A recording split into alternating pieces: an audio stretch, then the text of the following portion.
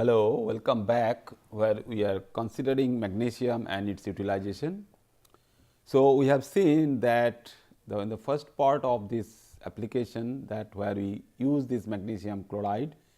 So, as a typical salt is like your other metallic salts, chloride salts like iron chloride, ferric chloride, ferrous chloride, nickel chloride, copper chloride. It is also some kind of this salt. So, it has also a huge demand if you have the good quality of magnesium chloride for the laboratory purpose or the laboratory supply.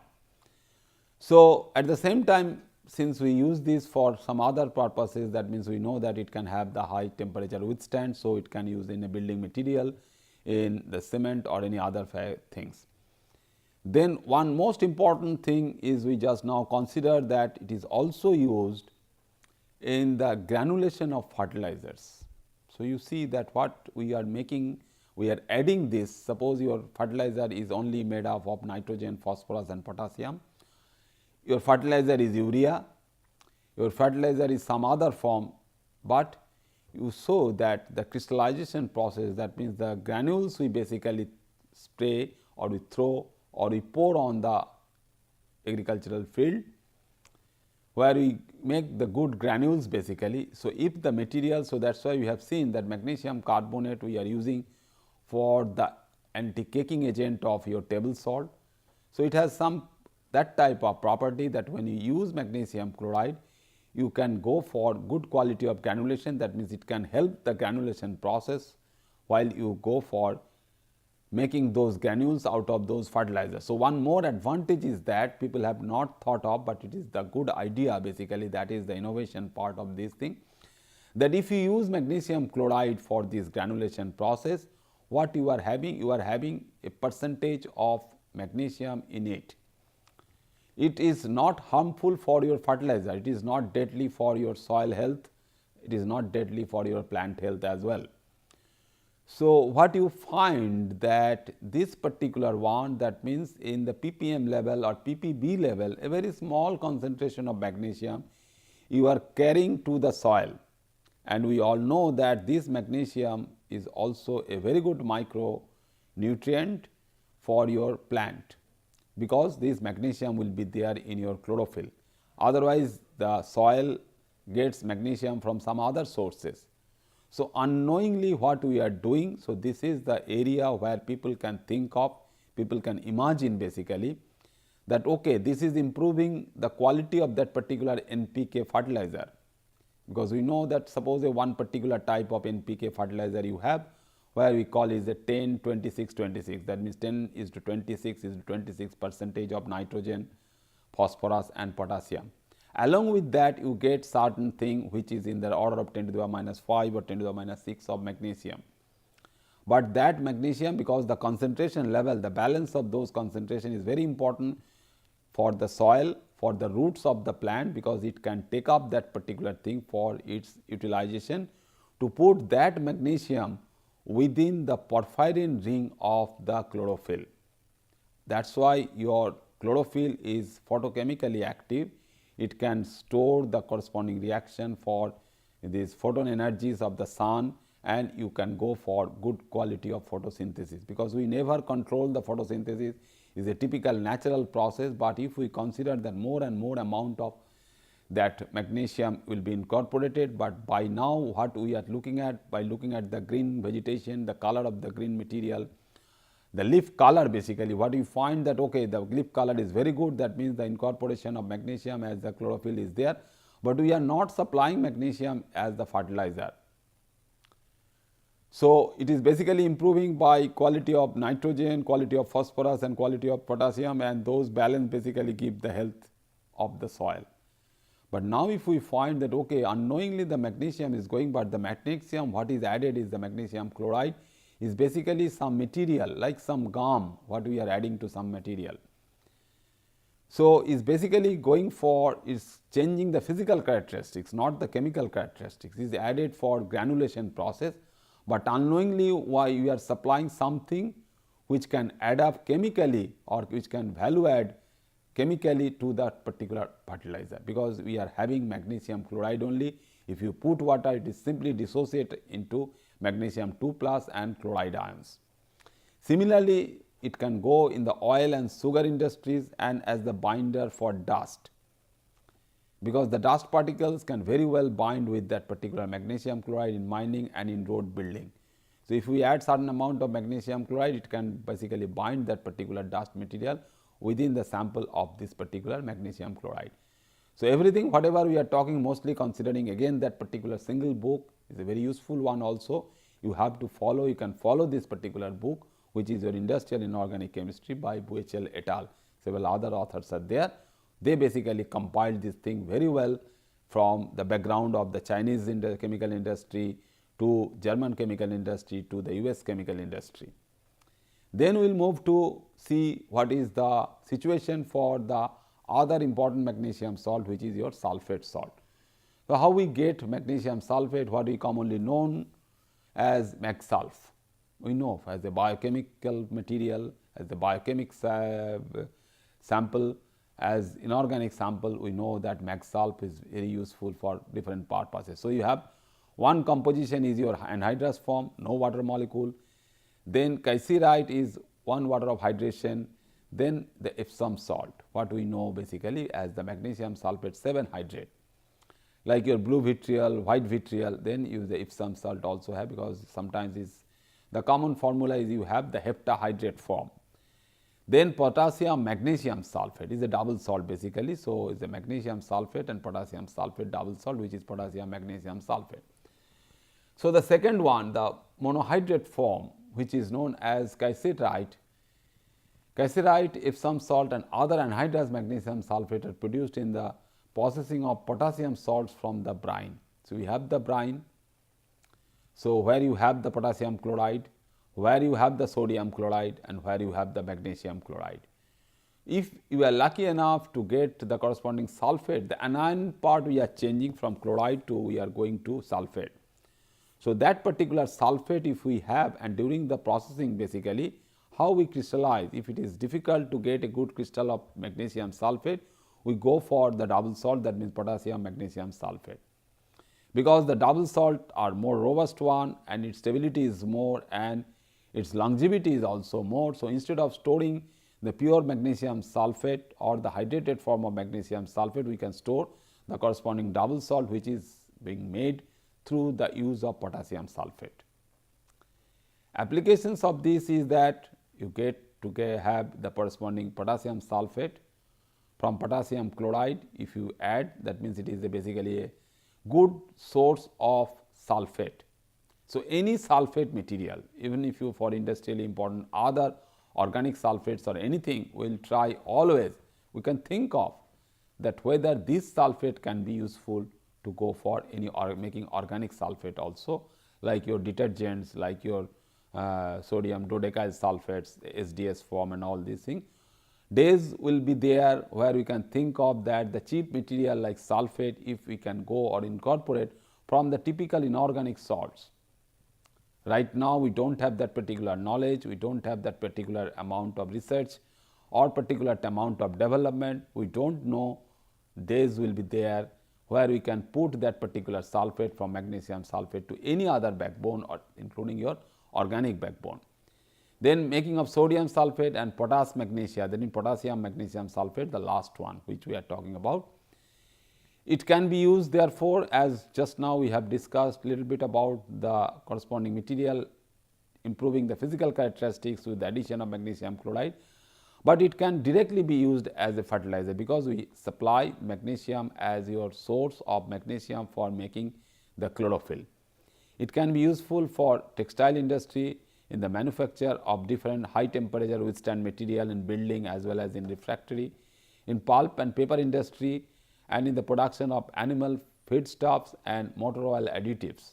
So, motor oil additives, if we want to improve the quality of those motor oil in some purpose, that means the viscosity, the temperature withstand and any other physical, there are large number of physical characteristics are there, such that you cannot use any oil, that mineral oil as the motor oil for that particular purpose. And then animal feedstuff is there, that means it is magnesium added animal feedstuff, because the animals like your human being also, the plant origin, everybody require magnesium. So, increasing those animal feedstuff quality, we use this. Then from magnesium we just quickly move to calcium. So, calcium and its compounds. So, not only the pure calcium, because the calcium in its metallic form we always have, like that of your sodium. Sodium blocks we know, calcium blocks we know, potassium blocks we know. So, is the fifth most abundant. So, we are going down basically, now it is fifth most abundant on the earth crust, and about 4% we basically get, but most of the time we get is in a very cheap source, which is your calcium carbonate, the limestone. So, the lime is the most earliest informations what people have it historically. Similarly, the lime what we talk about for its chemistry, the limestone, which is your calcium carbonate, how we handle that thing, how calcium carbonate is reacting with acid and all these things from our early school days. So, calcium carbonate you can have it from limestone to calcite, including chalk, marbles, shell limestone and everything. So, shell limestone what we are getting basically, if we think that there are lives. So, biologically these calcium carbonate things are also very important, and in the biological world, the protein world or the protein environment, the crystallization of those calcium as calcium carbonate are also very important. In human being also, in our eardrum we require something which is formed along with your bone formation, because calcium is there, a small bone which is controlling our balance basically, and all these things is a special quality of bone. How you think of, how you differentiate it from that of your appetite, the bone appetite, which is also a calcium phosphate, fluorophosphate or hydroxyphosphate type of thing, which is different. So, calcium starting from your material, from the world of your refractory material or the road material or anything like that of your limestone, from the limestone world to the biological world to our bone, our teeth, everywhere we can think of only the calcium. So, not only calcium as material, not only calcium as your inorganic chemistry point of view, as well as calcium which is also important in your biological world. So, calcium in biology is also a huge subject, and we should have very good idea about that calcium, because calcium is another supplement for making new types of your medicine, your new types of pharmaceuticals, and also the calcium added all the food material. So, the health drink to any other food material, which are nowadays pretty costly. So, the protein X or the B protein type of thing what we consume in a lesser amount, but which is also giving a huge amount of huge supply of the protein. So, your calcium deficit basically can be supplemented not from milk, not from eggs and all other thing, can be supplemented from these food materials. So, those food material or the making of those food material also will be another area where people can think of, people can depend on the calcium supply or the calcium carbonate supply from the industry. So, we get dolomite along with limestone. So, another very cheap and very useful source is your dolomite, and is a very important molecule basically. When we study chemistry also, in our chemical world also, we study dolomite very easily and very useful way, because we can analyze calcium content, we can analyze magnesium content, and also their thermal stability, their material stability, and how it is losing the water of hydration, how it is losing its carbon dioxide form or carbon monoxide form from the carbonates, how the decomposition pattern of the individual carbonates are taking place, because the decomposition pattern, that means the thermal stability of magnesium as magnesium carbonate or the thermal stability of magnesium as magnesium carbonate are different. So, if we can go for thermogravimetric analysis, the thermogravimetric analysis can tell us the typical decomposition pattern at which temperature one particular form is stable, otherwise it will be decomposed into magnesium oxide or sometimes the typically magnesium carbonate and the carbon dioxide removal and also the removal of carbon monoxide. Then we have gypsum. So, you see, starting from your limestone to dolomite to calcium sulfate, which is your gypsum, we know we can have the corresponding anhydrite, is known as the corresponding anhydrous form, which is anhydrite, and we know that one other form in between we have the plaster of Paris. Then we have the calcium phosphate, which is your apatite, the fluorapatite, then calcium fluoride, which is also the fluorspar, already we have talked about while we are talking about the corresponding isolation of fluorine and the fluorine based materials, the acid spar and all these things we have already discussed in our previous classes. But now you will think of the relationship between these things, because your fluorspar we have handled somewhere due to the production of fluorine and fluorine bearing, including the organofluorine compounds. Now we are handling the same fluorspar for getting calcium. So you see the same material fluorspar can be useful for an industrial development which is dependent on the production of calcium. Similarly, the same material is also useful for the production of fluorine and the fluorine based compounds. Then if you are lucky enough to get some more complicated material which is available very cheaply is your calcium aluminum silicate. So, silicate materials are also very useful. Only problem that you can have it as the refractory material, as the building material and all other thing, because it is not so always very easy to take out the individual elements out of this material. That means, the individual element like calcium, the individual element like aluminum or individual element like silica, removal of all these things from this material will be not so easy. So, this particular anorthite, ANORTHIT, anorthite, typically you remember the spelling also sometime. So, is basically a silicate which is double silicate, because the formula contains twice SiO2, and we all know that most of these silicates is a monosilicate, this SiO4 2 minus, which is a form of the corresponding anionic form of silicic acid. So, SiO4 4 minus is basically what we get. So, SiO4 4 minus, when it is coupled together, we get a disilicate, which is nothing but one of the bridging unit is formed through SiO-Si bond. So, it will be Si2O7. So, that Si2O7 unit having a charge of 6 minus, because you should know the corresponding charge balance what oxygen is giving 2 negative charge, that means 2 minus, and silicon is 4 plus. So, 2 silicon is giving you 8 plus charge, then you have the 7 oxygen, that means 7 into 2 is 14, that means overall charge on that particular species is 6 minus. Then you have the corresponding cationic charge balance not only from the core of the silicon, but also you have the freely available calcium as well as aluminum.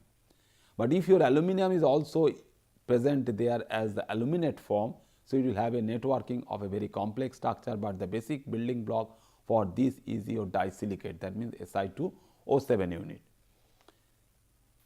Again we will just follow from that particular book, because I only just giving you that example, because this particular course is wholly designed on that particular book and other informations. So, if you are eager to study something little bit extra, you can follow that particular book, otherwise you can follow all other things what we are following in a stepwise manner. So, from those sources we go for getting metallic calcium.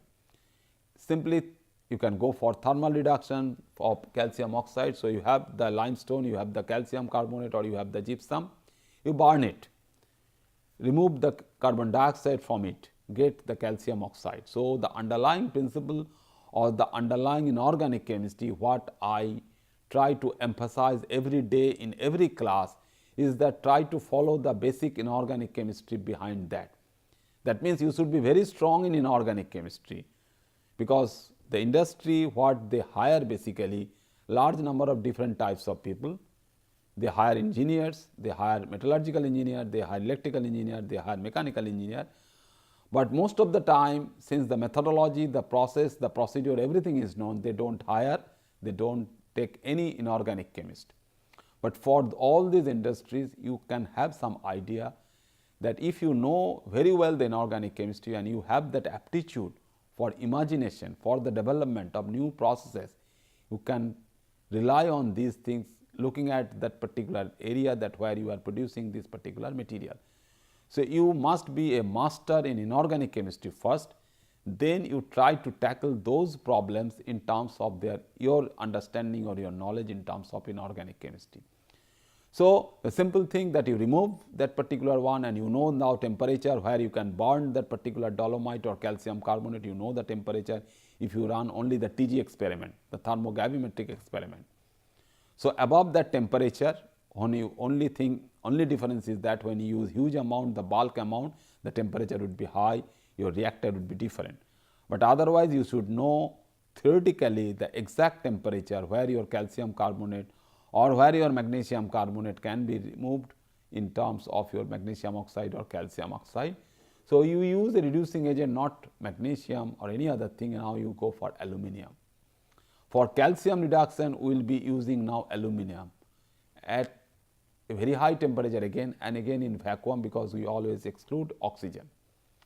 So, at 1200 degrees centigrade, what is happening over there, that you reduce calcium oxide with alumina, we get something where you get calcium in a complex form with that of your alumina. So, you are allowing basically, why you are using aluminum as your typical reagent for your reduction, because we are getting or converting that particular aluminum to aluminum oxide. That means, it is a complex form of alumina tagged with calcium oxide, but at the same time some amount of calcium will be freed away as calcium, as the metallic calcium, or at 1200 degrees centigrade, that means a very high temperature, it is in the vapor form or in the gaseous form. So, whatever vapor is there, so it is a difficult one that way, that you have to have the corresponding pathway or the channel where you guide the calcium vapor to pass, and you cool it and you get the corresponding condensed form of calcium and the calcium as its corresponding metal. And the utilization is that, again, as we have seen in case of magnesium, that it is again can be utilized for the making of different other, from zirconium to different rare earth material for its reduction process, as also as a refining agent in metallurgy. So, metallurgical engineers or metallurgists are very much dependent on the availability of the calcium. So, industry is very much dependent on calcium. What are those industries? The industry which are producing steel, which are producing copper, which are producing magnesium, and which are producing tantalum and lead. And also in the manufacture of some useful material, useful reagent, which is very useful not only in industry, but also in the laboratory, the common teaching laboratories or the different research laboratories, which is your calcium hydride. Because the calcium hydride CaH2, not any other sodium hydride, not lithium hydride, they have other difficulties, is a safer material for giving you hydrogen for any other useful reducing agent for the reduction. Suppose we want to have a very high purity of any organic solvent. So, not only the sodium wire or the sodium metal can serve this particular purpose, because that is also a very good reducing agent, but sometimes we have to use this specialty reducing agent, which is your calcium hydride. So, calcium hydride is your specialty chemicals.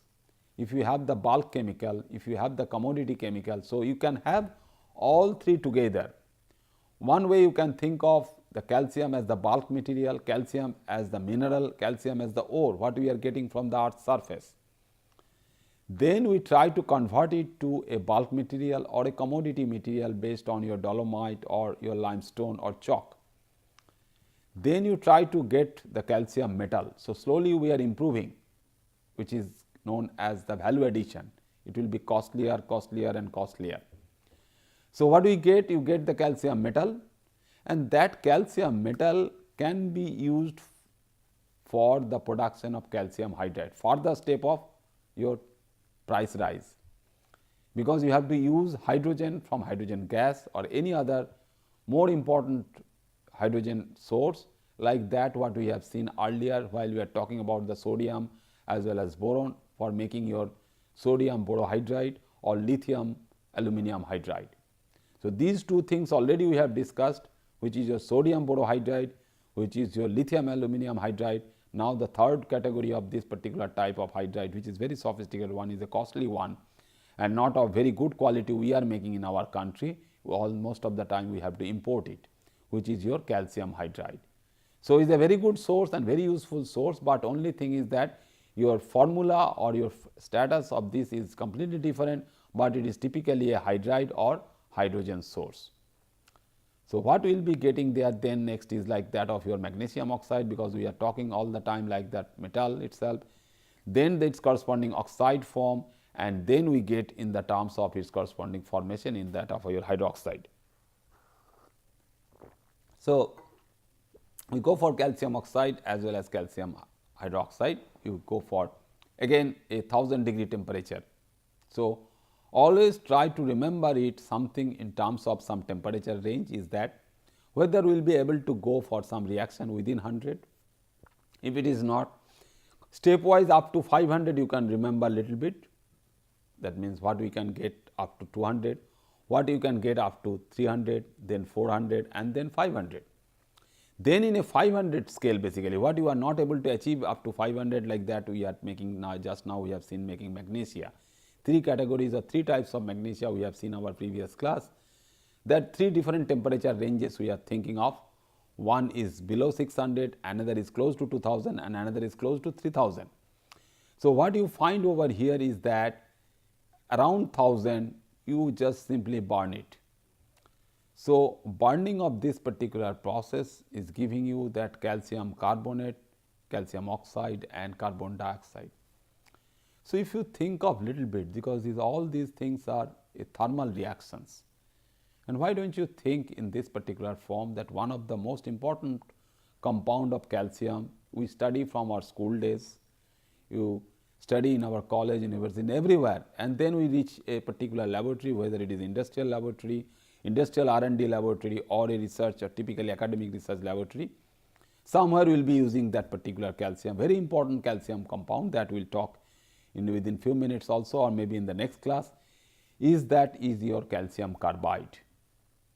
So, if we can have, you can imagine, basically imagination will give you some new areas, new avenues for industry, for everything, that if you have calcium, if you have carbon also, because carbonate has carbon, that carbon is your typical source of carbon, whether we will be able to get calcium carbide CaC2 out of your calcium carbonate, which is not known yet.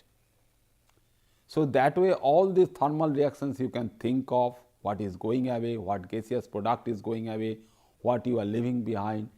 So, still it has the typical affinity of oxygen. Carbonate, okay, one part as carbon dioxide is removed, but it still had one oxide, calcium oxide it is there.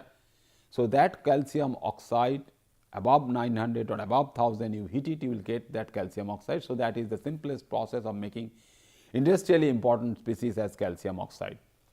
So, what we use basically there, we require shaft furnaces, which is nothing but a furnace in the form of vertical cylinders in which hot gas is forced upwards through the content solid. So, you have the solid means you have calcium carbonate as well as the formed calcium oxide of different sizes of these grains.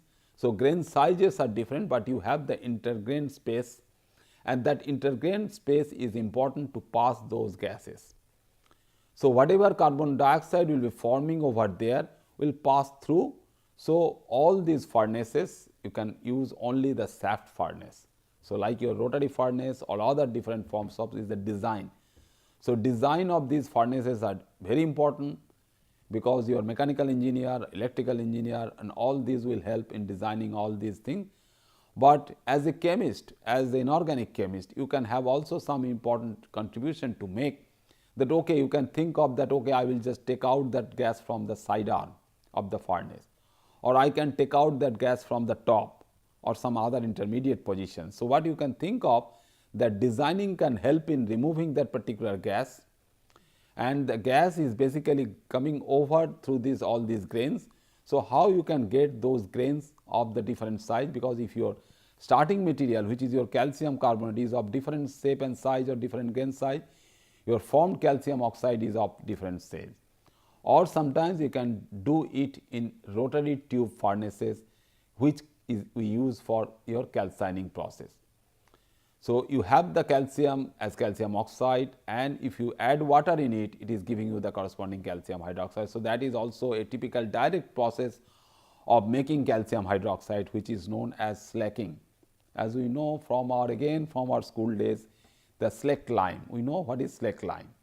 So, that is also basically the process which is known as slacking, which is typically industrial term, which is regular and controlled addition of water to calcium oxide, and because everything is very much heated, because the reaction is very temperature removing one, that means is exothermicity of the temperature is very high. So, solution will immediately it can boil if you add very quickly the water. So, slow addition of water for this particular formation of his hydroxide will give you the corresponding slack line, and those slack lines has huge application in all the different industrial sectors. Okay. So, that is about this particular part of calcium. Okay. Thank you very much.